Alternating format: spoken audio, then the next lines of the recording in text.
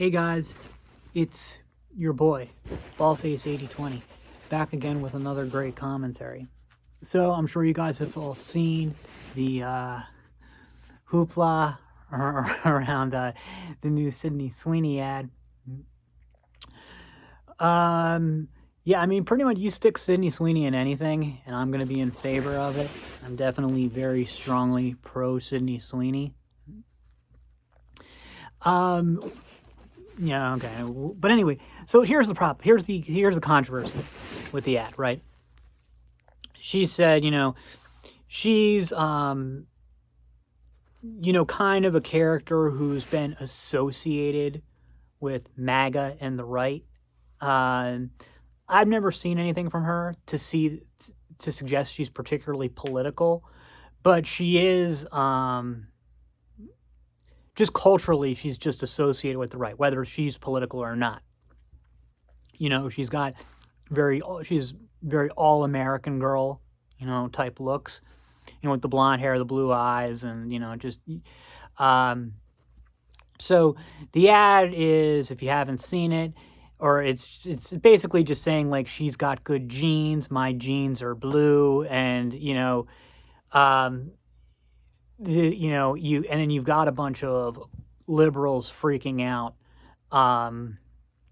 like she's talking about like genetics, and this is a eugenic program, and she's associated with MAGA, and we've got concentration camps in this country now.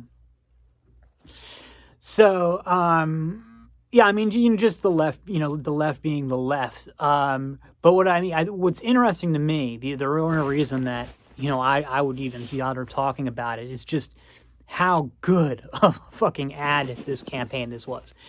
They knew American Eagle, and maybe this is obvious to everybody, but it seems like some people aren't getting it. So apparently it's not obvious to everybody. American Eagle knew exactly what they were doing with this ad. They knew that it would, that the ad would blow up, it would be controversial, and it was a deliberate trolling. So like the thing, people who are saying like, oh, well, like, look, she just said genes. They don't mean anything about genetics. It's like, no, they obviously do. I mean, they pretty much throw it in your face, that they're talking about that, it's supposed to be like a double thing. Yes, of course the genes are blue, but she's also talking about her genetics. But that's obvious, so that's all at face value. I don't think American Eagle's even going to deny that. But with what was clever about it is that if they could have done the same thing and just, use multiple different girls, or a black girl or a Latina girl or an Asian girl, but they didn't just pick a white girl. They picked, like, again, a white girl who's kind of culturally associated with MAGA and is blonde with blue eyes, and then really emphasized those traits in the ad. So, they've gone beyond just, so like on face value, right? It's just an ad saying she has good genetics and has like good actual blue genes. But there's a clear subtext that when they're praising her genes, her genetics, they don't just mean her beauty. They mean her, her white skin and her blue eyes and her blonde hair. And specifically, because you don't need those traits to be beautiful. There's nothing transgressive about praising beauty, even in 2025. I mean, I know in 2019, and they're like during that, there was a time where they were really just promoting ugliness and fatness and stuff, but that seems like it's already kind of faded out. But even then it wouldn't have been transgressive. But if you're actually praising blonde hair and blue eyes for their own sake, then that's like, that's a whole different, that's a whole, different thing. And, personally, I don't really care about it one way or the other. However, from a marketing perspective, it's brilliant, because like I said, It's just because of the reaction they knew it was going to cause. One thing I was reading like a left-wing message board about it, and they were saying that this was I'm pretty sure a non-white guy was saying that well, like you guys who are like, white knighting for Sydney Sweeney, she's a white woman, she's going to be fine, especially since the people she pissed off are mostly people of color. And this is just liberals being liberals. Although I think this is a non-white liberal in this case. The thing is, other than this guy himself, who's like obviously if he's posting on this particular message board I'm talking about is a far left lunatic. Like on social media and stuff, I don't see any non-white people talking about it. I don't think any of them care. The people I see flipping out about it are white liberals. Like everything. But what's really clever about this ad is it lets you, what they've done is they've triggered the more loud vanguard part of the left, while the rest of the left is just like, dude, you guys are fucking insane and freaking out. Like, I haven't talked to anybody in my family about this, but I'm sure all of them would find the ad clever. Just me just being in a generic kind of white liberal family. They would just think the ad is clever. And I don't know if they'd like my sister probably would like it. I don't know if I don't really know. My brother would. Well, I don't know. He's not. He definitely wouldn't dislike it, but he's just. I was about to say he's not really into fashion, but he kind of is. He's just not into women's fashion, so I don't know. I think my sister-in-law probably would like it. My aunts, I'm pretty sure, would like it. And the other guys in my family, I don't think would care.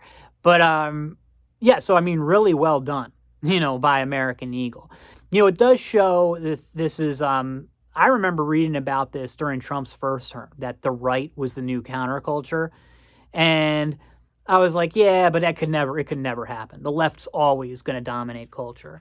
And you've really started to see it change since even before, Trump's second term. There's just such a exhaustion with the left, and because the left stuff that I'm talking about like the Obama era left, which didn't just start with Obama. It built up for years, and then it kind of became I've even heard it described as Obamaism. The country loved Obama, but wasn't so big on Obamaism. And but you really see it now. You really see it now. With and it's not like, it's not like, we've got now some like right-wing dominated culture, and it's not like, Gen Z or whoever's becoming behind Gen Z are all going to be like, neo-Nazis or anything. It's just that, liberalism failed, and people are open to trying new stuff. And a lot of the ways that, the liberals were, able to control, culture have kind of gone away from them, because like the media is so decentralized and stuff. And then you had like really Trumpism more than anything else comes down to like when Trump got up there and just said the emperor is naked, and like the frustration that had been building up for decades, but especially during the 8 years of Obama really erupted then. So and you see it in stuff like with the Sabrina Carpenter album cover of the guy she's being held by her hair with the guy, and then the who's that really annoying Jess Murph or something, really annoying voice, country singer who's got a song sort of glorifying being a stay-at-home wife in the 60s with no rights. It doesn't mean, none of this means that people want people have become Nazi eugenicists, or they want a world where women don't have rights or anything like that. It's more like it's kind of a ironic embrasure of it, but it's like, and granted, it's kind of a lazy irony, except I don't even know if lazy is the right word, because it's not like they're trying to subtly say, like, I don't know. It's just how everything is. There is misogyny and racism and white supremacy or eugenics. There is there, but it's not that they're using irony to cover it up. It's that the irony is part of it. And it's not meant to, it's not really, I mean, it's clearly not meant to be taken seriously. Now, like, and it can be confusing, right? Because you got guys like the Groypers who they use irony and stuff, but it is meant to be taken seriously. So, but it's still irony. It's still satire. So this is irony and satire, but it's not. It's more of like the joke is kind of that it's not meant to be. I don't even really know how to describe it. I mean, hopefully you guys know what I'm talking about, but that's it there. The point is, though, is that, I mean, obviously if far left liberals want to freak out about it, it's one thing, but nobody, certainly not Sydney Sweeney, certainly not the people behind these ads, are actually promoting a eugenist message, that a eugenicist message. And because of that, because it's so obvious that that's the case, you got like the rank and file left. Because again, people are saying, well, the left's freaking out about this. I don't think that's true. I think on social media they are. But again, like in my own family, I would be shocked if any of them didn't like this ad campaign. And that gets me into something that, I think I've talked about this before. I've always wanted to talk about, the thing about, because I'm assuming most of you guys don't have any, liberals in your family or don't have a lot of liberals in your family. But one thing, you'll learn about liberals, like even my like very political aunts, is that they're very into like the tribal liberal democratic stuff, but they really don't care about left-wing issues. They don't care about like they don't care about immigration. They don't care about fighting racism or any of that stuff, except maybe like performatively during the George Floyd thing. There's only two issues that white liberals, I'm talking about rank and file white liberals, actually care about. And those are abortion and gay marriage. And gay marriage is something they're like passionate about. They like really care about that a lot. However, it's not really an issue anymore because it's legal everywhere. Abortion's still an issue.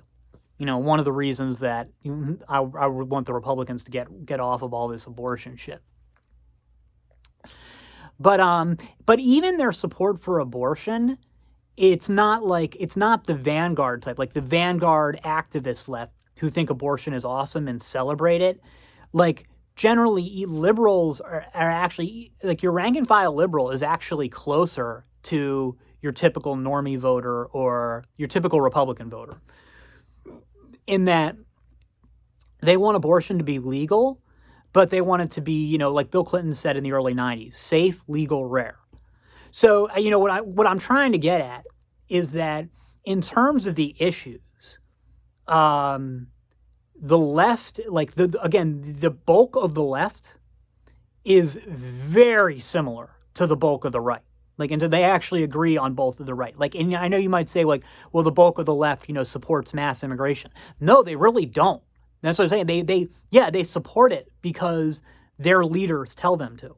And liberals don't really have any, like the leadership class of liberals does, but your rank and file liberal, again, I live in a family of them, they don't really have any capacity for independent thought. They really don't. It's easier if you like live with them and you understand how they think, but really it's just like, oh, Colbert says that, immigration is good and we need to let in lots of immigrants and that it's racist to not to do it. So, okay, it doesn't affect me.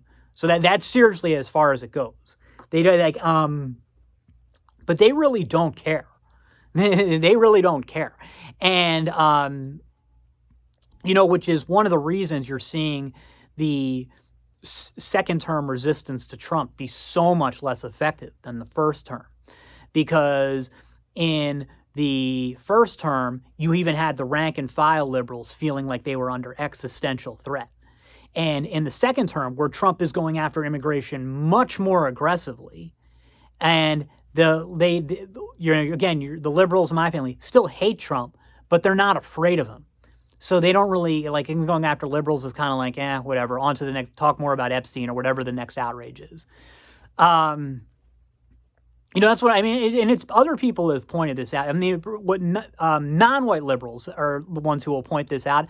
This is one thing that I'll agree with them on. It's they'll criticize, white liberals for this, is white liberals do not care about people of color at all. White liberals generally only want to, be around other whites, marry other whites. Yeah, sure. They're totally cool with having some non-whites amongst them. They're totally cool with that. They'll accept them as one of their own. But it's just that they kind of become one of their own and suddenly be kind of getting acculturated into the white liberal culture, even if those people aren't technically white, because it's not some genetic spurgfest like liberal activists seem to think. But the thing is, white. I don't like to say conservatives because that's just too broad. That's just too specific a term. But white non-liberals are just as open to being like, they care about race just as little. They just, they intermarry too. They intermarry, it's just kind of like everybody, it's more like, yeah, of course because race, it's very tough to, it's not like race ends at one point. It's just like, or like there's suddenly a point where race ends and culture begins. The truth is race and culture are correlated. They're overlapping. This is why, like, you could have places like Brazil. Like in Brazil, Halle Berry is considered white, because, it's like, because race in Brazil is not just race. It's also culture. And, I remember when I first heard that back in the zeros, I was like, well, that's insane. That doesn't make any sense. It makes no sense to me, because growing up in America, in the 80s and 90s, you have like race is a very concrete thing. And really in America in the 80s and 90s, that people thought there were only two races. There were white and black. And everybody else was just like, didn't count. And you're seeing an increasingly becoming more like it is in Latin America. So, yeah, sorry about how scattered that was. Anyway, for me, currently I'm on a fast. Last week, I did a 36-hour one and a 60-hour one, both of which made me feel a lot better. But, yeah, right now I am at, I think I am at, like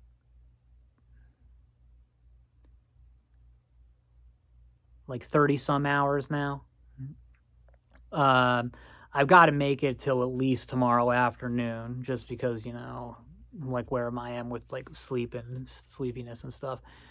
If I eat now, because then I'm gonna have to wake up. I know it's late, but then I'll have to wake up and go to work. I'll be too exhausted. So at least I've got to make it till tomorrow afternoon. But of course, yeah, look, I'd love to go 40 days, like I say every time.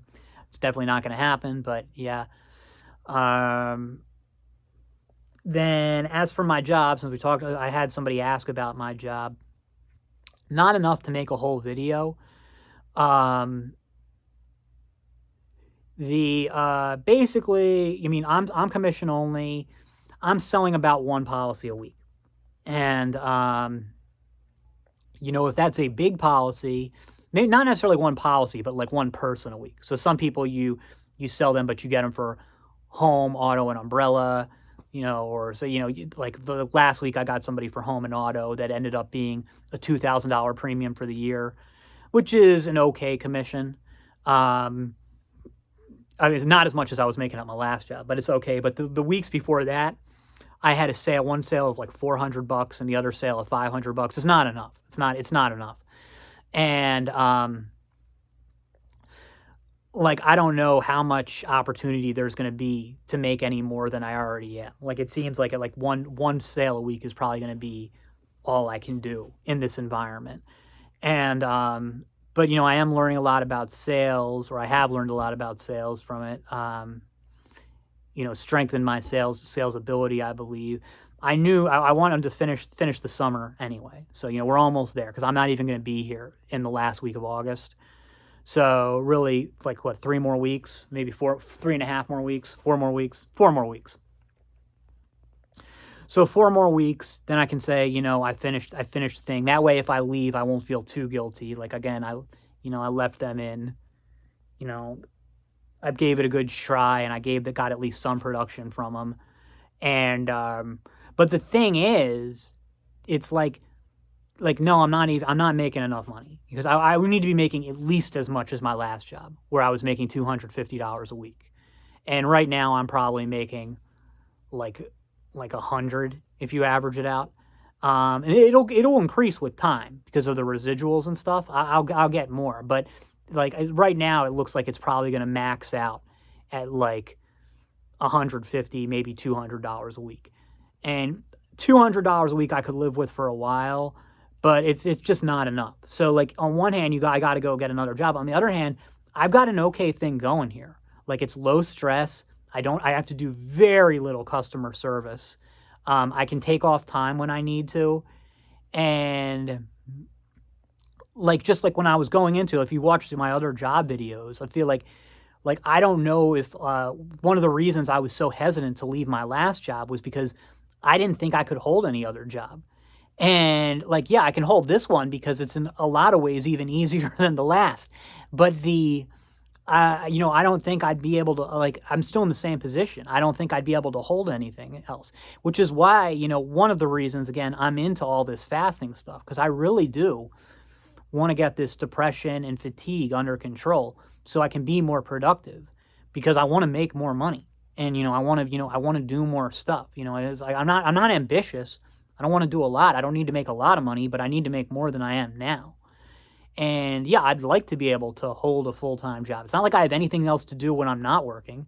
Again, I have no wife and kids.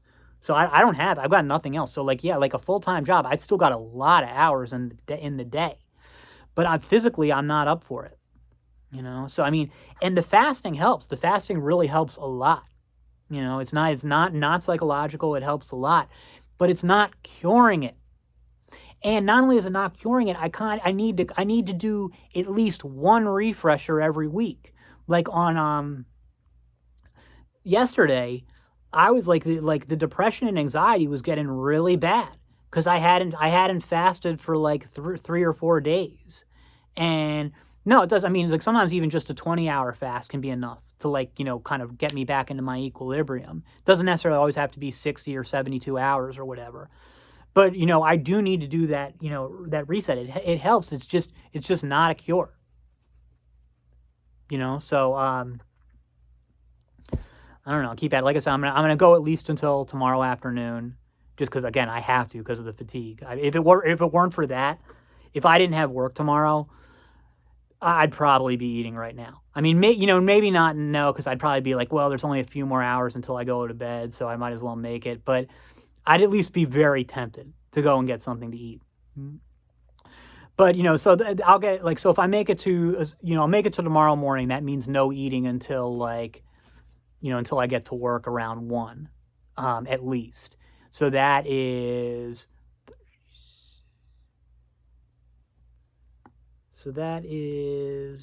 like 40 hours. Yeah, and that, which is, I mean, that's nice. It should. I mean, it's already helped. It's already calmed me down from where I was yesterday. And then usually the improvements accelerate after the refeed. Like I'm talking about like the depression, anxiety, digestion, fatigue, all that stuff. Like it's really bad, so I start to fast, start to feel better around like,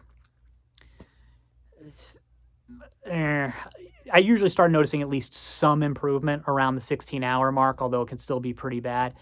And then gets better, and then it kind of like stagnates, and then it gets a lot better after I eat again. After I eat again, give it a few hours, I start to feel better. So, but no, I mean, I'll take it as long as I can, just like I do every time. But I mean, people who do fast for a long time, I don't know how they do it. I can say that the more I do it, the easier it is to like go overtime, because it used to be hard for me to even go 24 hours. And now, like I said, I'm about like today it's going to be a 40-hour one. And, you know, it's certainly not, I mean, I've done it plenty of times, but it's not such a big deal for me. I can get to the 40-hour mark. And the last 60-hour one I did was fine. You know, it wasn't hard to get there. So it's getting a little easier, but even though it's getting easier, like that I can, I haven't, you know, increased my maximum length yet. You know, my maximum length is still 72 to 84. I still haven't gone, I think it's 84, but I'm not sure. Or I think it's 80, but I'm not sure. But so they're really like, you know, like once you get to that 70-hour mark, I can't go past it. You know, I got to get it to at least 100. Then I can say, okay, at least I'm making progress, you know? All right, sorry about all that. That's all for now. See you in the next.